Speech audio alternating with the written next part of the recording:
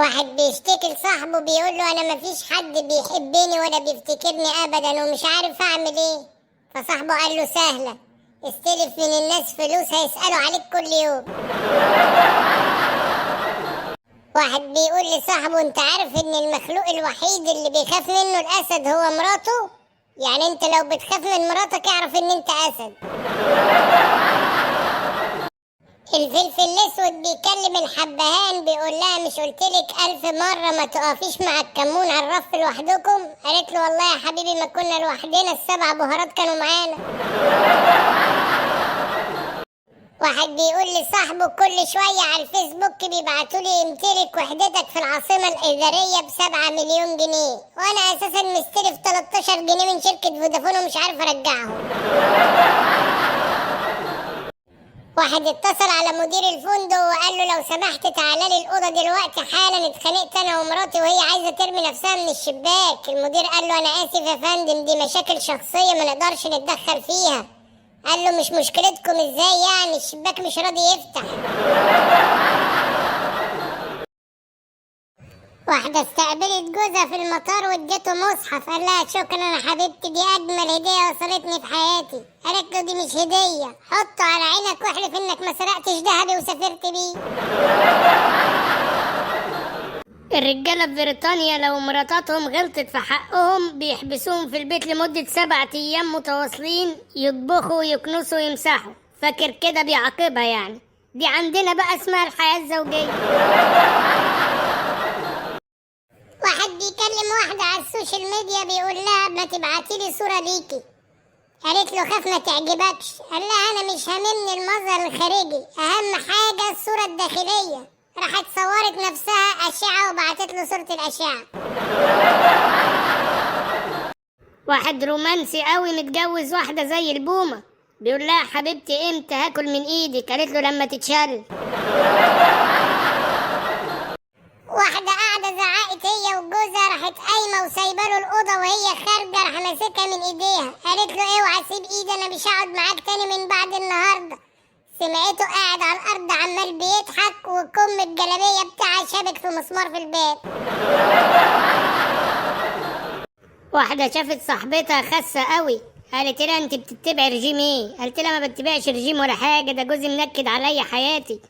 قالت لها طب ايه اللي مصبرك عليه لحد دلوقتي؟ قالت لها خلاص هانت فاضل 3 كيلو.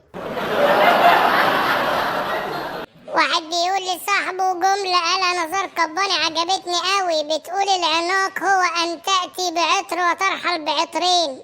ما فهمتش قصده ايه بس هي شكلها فيها تخفيضات.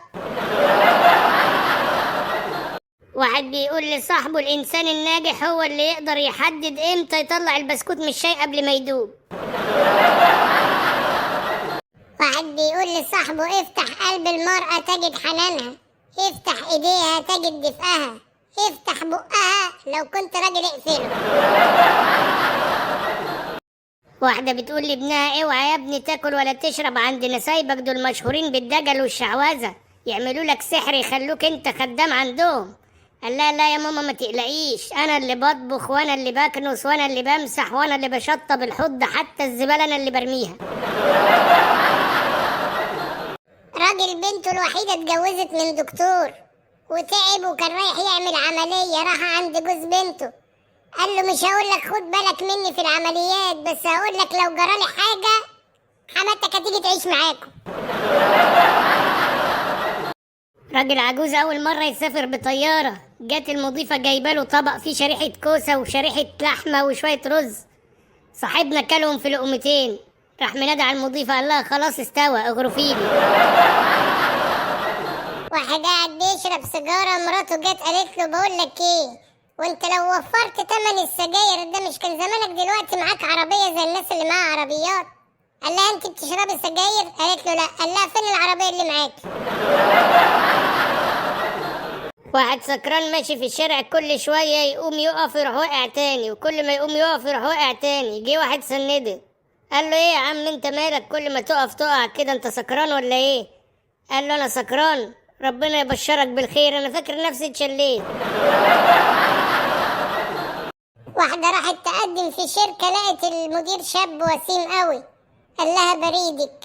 قالت له والله وانا اول ما شفتك قلبي ارتاح لك. قال لها بريدك. قالت له انا بموت فيه.